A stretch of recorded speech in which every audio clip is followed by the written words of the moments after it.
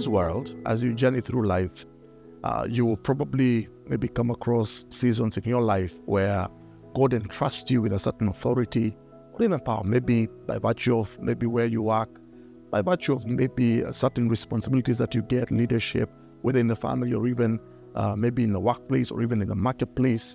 And every now and then you'll find yourself in a position of power where you're able to exert certain influence or certain authority.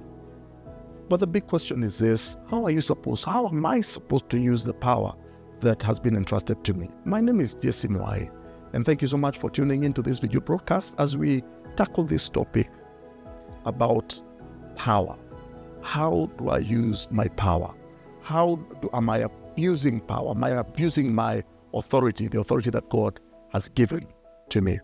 Far too often, too many people are abusing the authority that God has given to them. I normally say it this way, that when God gives you power, when God gives you authority, whether in a great measure or in a small measure, never use your power, never use your authority to humiliate other people, to suppress other people, to tear down other people, or maybe to put stumbling blocks on other people.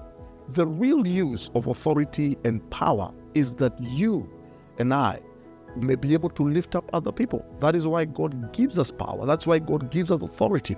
And how tempting it is sometimes to throw around our authority, to throw around our power.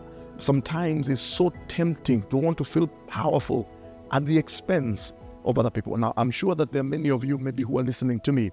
Maybe you've had the misfortune of being in a place or in a time, in a season where somebody who was in a position of power or authority over you maybe mishandled you, treated you in a certain way, humiliated you, maybe oppressed you in one way or the other, and how hopeless and helpless you must have felt. Turn that situation around, because sometimes they say that the victim may end up becoming the villain if they are not careful.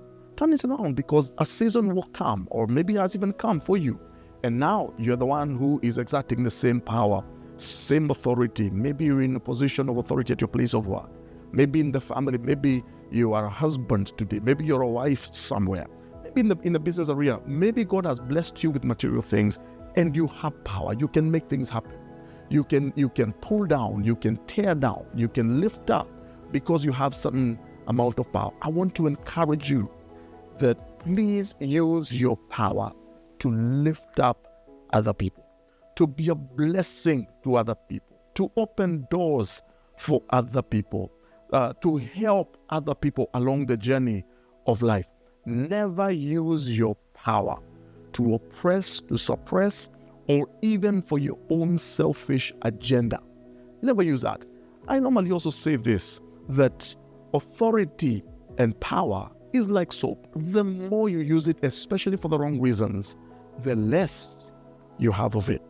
I have come to discover as a leader myself that even when I have so much power, that the less I use that power, the more I retain it, the more I have. I know I could have done this. I could have made certain decisions. I could have moved things in a certain way, but I choose to restrain myself. It means that I have the discipline to be able to exert power when I need to. But the more I restrain myself, the more I have authority. But if I am given to always pushing everything around, pushing everybody around, the less authority that I'll have, to a point where people would only do things out of fear, but not out of respect for me. So I want to encourage you. Maybe, I don't know, maybe you're a leader somewhere, or maybe you're in a certain position somewhere, a privileged position. Please use that power to help other people, especially the vulnerable. Let's take the example of Jesus Christ. He used his power, that divine power that he had. He could raise the dead. He could do all kinds of things. But nowhere do you find in Scripture Jesus using that power to oppress anybody or to suppress anybody or to deny anybody. But he used his power at all times. In fact, the Bible puts it this way in the book of Acts, how God anointed Jesus Christ of Nazareth, who went about doing good and healing all those who are oppressed. Do good. Use that power to do good, to be a blessing to those around you. And when you do that, I guarantee you, God will bless you. Please share this with a few other people, and may the Lord keep you, and may the Lord watch over you. God bless you.